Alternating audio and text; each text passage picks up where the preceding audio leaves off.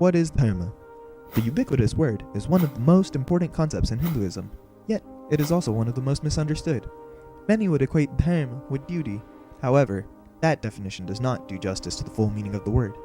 Dharma encompasses several other concepts besides duty, including righteousness, moral conduct, and religion. The term Dharma has its roots in the Sanskrit verbal root dri, and is literally translated to that which upholds Dhrita. Dhrita originally finds mention in the Rig Veda, and is explained as natural order or natural law. Thus, Dharma can be defined as anything that upholds the natural order of the universe. As can be seen from that definition, Dharma is a term that carries a lot of weight behind it. But exactly how does one uphold the principle of natural order? In order to do so, it is necessary to first cultivate moral principles that aim to not only improve the individual, but also uplift society. Chapter 6 verse 92 of the Manusmriti outlines 10 qualities that are necessary for the observance of Dharma. These are Priti, or perseverance, Shama, or patience, Dhamma, or self-control, Asteya, or refrainment from theft, Shauch, or purity, Indriya Nigraha, or the control of one's senses, Dhi, or reasoning, Vidya, or learning, Satya, or truthfulness, and finally, Akrodh, or the absence of anger. These 10 morals apply to all humans universally. However, other aspects of Dharma depend on the individual, thus making everyone's Dharma slightly different. According to the Vedas, every person has a mix of 3 tendencies, referred to as gunas.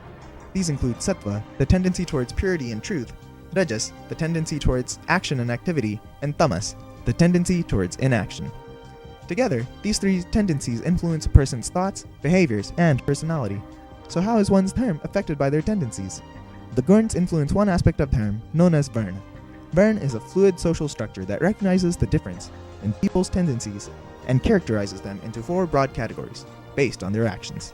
Each of these groups has a different life path and a different set of duties associated with it. Brahmins, or the priests, are those people in which the tendency towards righteousness and purity is strong. It is their duty to focus on understanding the Vedas, living a simple life according to the Vedic principles, and spreading that knowledge to others. Kshatriyas are traditionally warriors and rulers, and have more rajasic tendencies. Modern-day examples include statesmen, politicians, and military personnel.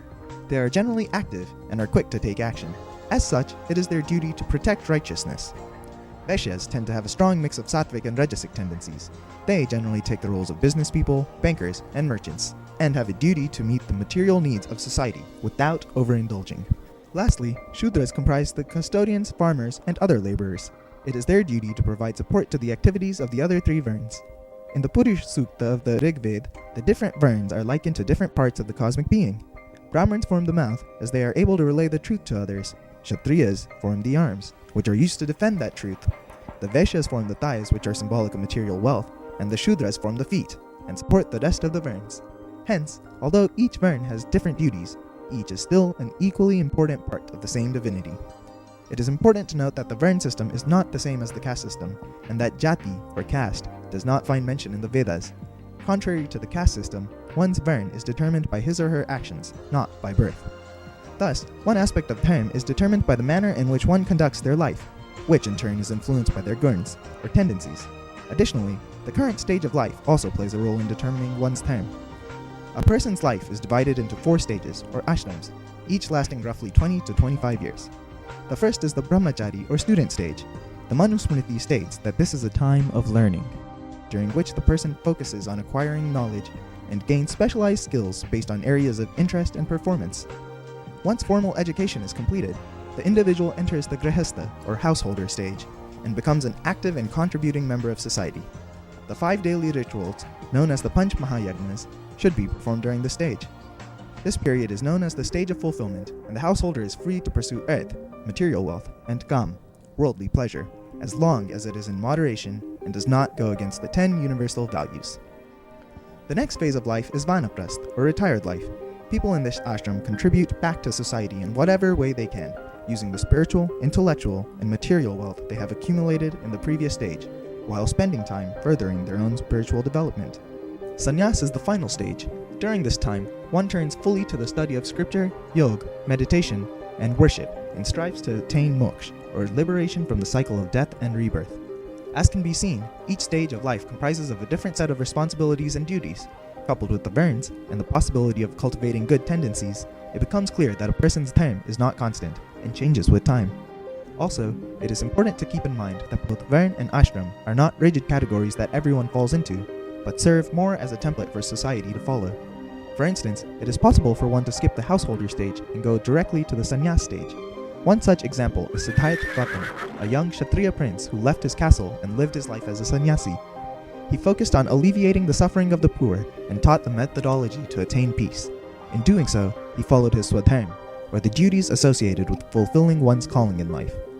Everybody has different traits and characteristics, which results in everyone choosing different life paths. A person who really enjoys learning about the sciences may dedicate their life to being a physicist, while somebody else may find fulfillment in treating the ill. Each path has different duties whose observance is essential in order to live a peaceful, balanced life.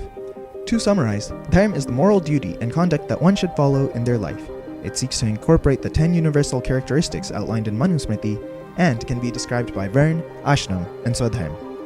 Varna contains 4 categories: Brahman, Kshatriya, Vaishya, and Shudra, and is based on an individual's actions. These actions are influenced by the gurns, or tendencies including sattva, rajas, and tamas. Ashram describes the stages of life, including the celibate student, householder, retired life, and renounced life stages. A person's swadharma is determined by the individual's natural interests and passions. The Bhagavad Gita states that it is better to follow one's own chosen path, however imperfectly, than to follow the path of somebody else. Lastly, several other aspects influence a person's dharma.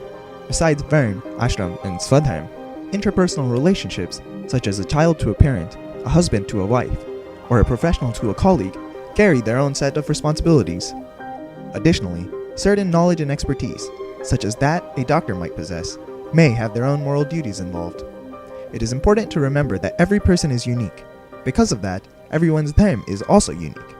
Live your life with morality, and do your dharma. Be you, be Hindu.